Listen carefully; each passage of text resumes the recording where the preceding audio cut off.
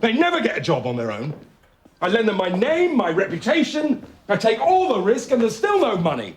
We need more output. Well, you could get another writer. Pay them with what? I'm not even making 1,000 this month.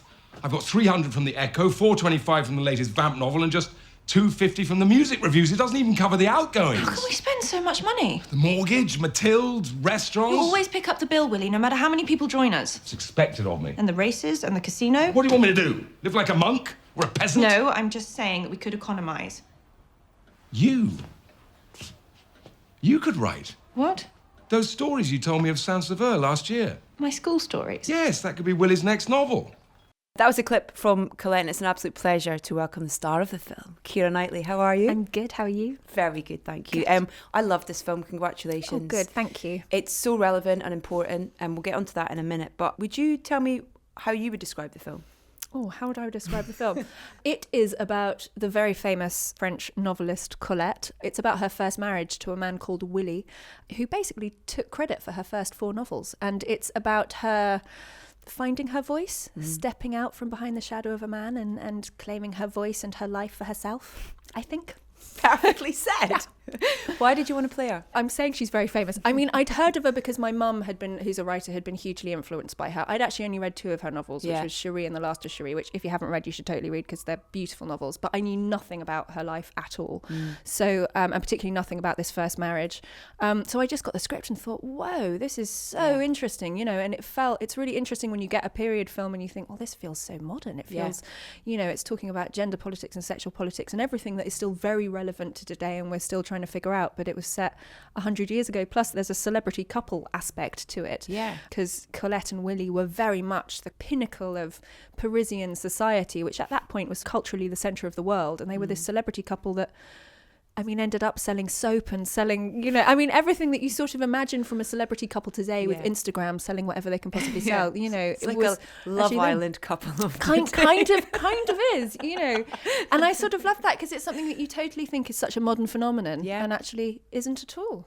Many things I loved about the film, but what I got from it as well is this journey of discovery that's paced so beautifully, but also the idea that I think people would assume that he kind of took everything from her and got everything from her, but she very much took a lot from him as well. I think she was a very clever woman. I don't know if she would have been what she became without him. I think eventually it was a relationship that didn't work and she gets out. But actually, at the beginning, she is helped by him. She was edited by him. He gave her a kind of entrance into a society that was sort of beyond imagination for her. So absolutely she got a lot out of it. And I think that's, again, what I loved about the film, because we've all had relationships that haven't worked, but there's been moments where they've been amazing, and I think as far as my playing it with Dominic West, who plays Willie, you had to understand why they were together. You had to understand why they were amazing when they were amazing.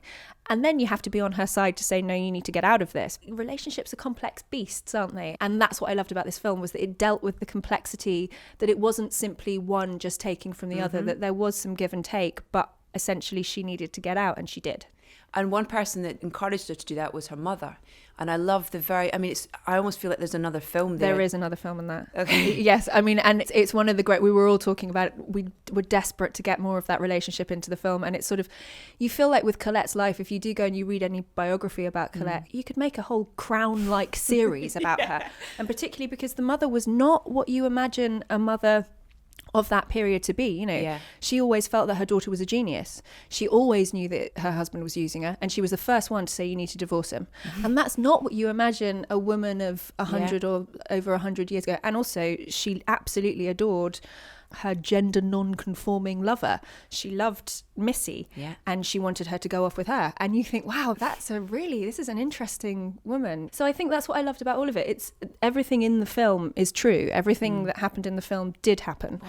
And that's cool. It's very cool, isn't it? It's very cool. And it is so relevant to today. And I read this great thing that you were talking about kind of a craving for there to be more mother and daughter stories. We get a little snapshot. But maybe somebody will go back and actually make a proper, I think that could be a film all on its own. Yeah, totally. That relationship. I mean, often what I think about mother-daughter relationships, they're so fascinating. And I think Lady Bird, it made me cry because I was like, oh, I recognise this. And how you rarely get those mother-daughter relationships that you can instantly tap into. Told with such truth. Yeah, exactly. And told with that highly personal touch. And I think it's interesting when anybody's trying to create anything, you know, the more personal it is, the more universal it is. So I think there's a wealth of stories to tell within that relationship that I don't feel have been told yet. Do you think that what made her who she is was partly down to that upbringing she had through her mother? I mean, 100%. Yeah, absolutely, definitely. Again, you should read, if you can I'm read. gonna I mean, read yeah, it. What's just my go. Christmas reading? Yeah, Sorry. Christmas reading. I mean, we all worked off Judith Thurman's biography called Secrets of the Flesh, and there's the beginning of that is all about her mother, Sidonie, and her, and it is absolutely fascinating because her mother was a great mind, a great intellect, and absolutely she had 3 other children, was powering them all through, you know. And yes, so I think, yeah, totally look into it. Something that I found really interesting as well that I read that you'd said that I really related to was that idea of, and I think a lot of women and men can relate to it as well, is that idea of when you go back to work after having a kid. And not that question about, oh, how do you cope and how do you, no, but about rediscovering yourself. Yeah. It's a question and a subject that's not really talked about. No, it's not. And nobody has an answer to it. Yeah. You know, but also I think we all feel unbelievably guilty that we do need a part of our life for ourselves. And we shouldn't feel guilty about that. And it's necessary for your own health, for your kids' health, for your partners, for everybody's health. Yeah. It's absolutely necessary. And we shouldn't feel guilt about it, but we all do.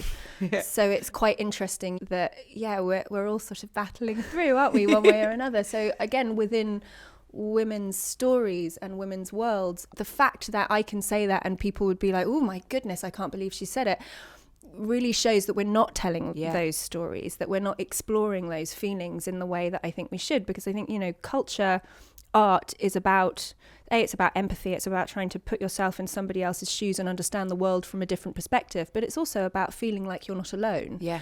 And at the moment, I think a lot of women in particular within that experience feel that like they're absolutely alone. Yeah. And that's astonishing, isn't it? It totally is. And it's that weird thing, I think, as well, where you're almost trying to prove something to yourself, going, I can still be me. And just because I've had a child, it's not changing me. It's not making me someone different. No. And trying to prove to yourself more so than anyone else, I think, that's the case. That's the case. Because it is the case and it isn't the case. Because obviously your life is completely and utterly different, you know, and there's a great pressure on that as well. I'm still in there. But I'm still here. And I'd still occasionally like to go out and dance, you know. I mean, it's all that kind of stuff, isn't it? Which, again, I just think, I'm not sure that culturally we're dealt with that to make people feel like they're not alone. Yeah. So surely there are some stories in that somewhere. When are you going to write one? I don't know. You have to. I just have this from reading articles with you, and you've got this amazing ability to connect with these women that you've played. And also, I just think that, you know, your mum's a writer. My mum's a writer. And it's in you. You've got to... Yeah, you got to get it out, right? You got, yeah, but at the moment I can just, you know, I've got a very small person at home, and you know, I'm rushing back to see her. So you know, when you go, yes, it's not the right time. But it's not quite maybe it's not quite the right time right yet. But no, I mean, absolutely, you know, you never know where life will take you, and I do feel, I think that's equally why a lot of these voices aren't being heard, because let's face it, we're all quite busy as mothers. You know, multitasking, and maybe you do have a job and you've got a kid and you've got and you're trying to go, and maybe you don't have time quite yet to add another thing in there. Sorry, I'm piling under pressure. No, I love it. No, it's great, but I think that may very realistically be why we're not these voices aren't being heard, because actually they're doing something else right now. Yeah, but actually they're the people that need those voices more than anything else. You know. You've been lucky enough as well through your career to have women around in different roles and jobs, Gorinda and Elizabeth Carlson, the producer on this and stuff.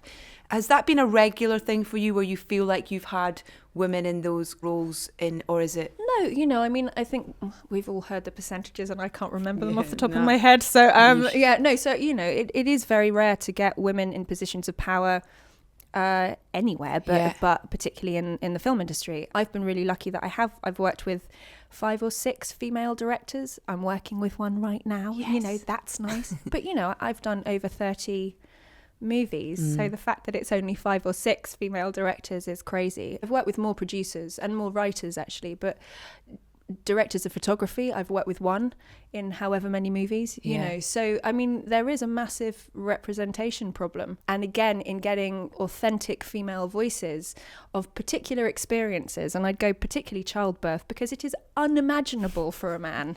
It does have to be told from that female perspective. That's quite untrue, because if you've seen Roma, that sequence in Roma is one of the most extraordinary sequences I've ever seen. And wow, she'd never acted before. No, I know. And she's never had a child. No. And yet, wow, it's amazing. Yeah, bravo. I mean, bravo. Blimey. I just saw it yesterday, so it's very fresh. That I think we need female voices, and also from just the point of view of we're half the population. Come on, guys. Come on. What do you form a decision on? What makes you say yes to doing Colette? What makes you say yes to the next project? It's pretty instant. I mean, in fact, it is. If I have to think about it, then it's no. It's slightly changing as my kid gets older, because suddenly school is going to have an impact on it, where I can take her sometimes into the middle of nowhere if there's something that, you know, if there's nothing for her to do, then it's going to have to be a no, which is something that I'm grappling with right now, because I haven't had to think like that before, you know. So there are different things. But ultimately, on the story, I know exactly when I found it. I just never know what I'm looking for. So that's quite tricky. It's a physical reaction. It's a physical reaction. Yeah. It's like an absolute yes. Yeah. I love as well that Wash, the director of Colette, has pretty much been trying to make this for 15 years. Is that right? 16, I think. Wow. Yes. Yeah. With his partner Richard, who sadly died, I think, in 2014. And so they'd been trying to make it together. And it was very much a love story between them, you know, because it was Richard who originally read biography of Colette and took it to Wash and said this could make a great film. They wrote the first draft of the script in something like 10 days. They said it almost wrote itself. And then it took another 16 years to get it made. It did feel like a love story to Richard in many ways from Wash. And we were all very aware of that when we were making it. What's next? Oh, that's the question. What's next? What is this film you're working with a female director? Yes, that's an exciting one. No, I've got Aftermath coming out next, which is about the aftermath of World War II and the rebuilding of Hamburg, and a love triangle that happens within that. So I think that comes out in February. And then I've got one called Official Secrets, which is actually going to Sundance this year, which is about the whistleblower Catherine Gunn in 2003. So that's quite interesting. Yeah. And then I'm doing something called Misbehaviour, which is with the wonderful director Philippa Lowthorpe. Oh, she's amazing. She did Three Girls. Which is one of the most devastating, incredible things I've ever seen. Wow. So she's doing it, and it's about the 1970 Miss World competition. That was the first time a woman of colour won Miss World, and it was protested by the Miss World as a concept was protested by the women's liberation, and they stopped the show and managed to sort of throw flower bombs at Bob Hope. So it's a story about that. Jessie Buckley is also one who I spoke to the other day. She was raving about this film. She's so wonderful. Yeah, so me and Jessie are two of the women's libbers. Yes. But it's a big old ensemble cast, so we've got a lot of amazing people in it. And we're filming that at the moment. So hopefully next year or the year after it should be out. Amazing. Kiera's always a pleasure. Thank you very much. Congratulations on Colette. Thank you. Thank you. Thank you very much.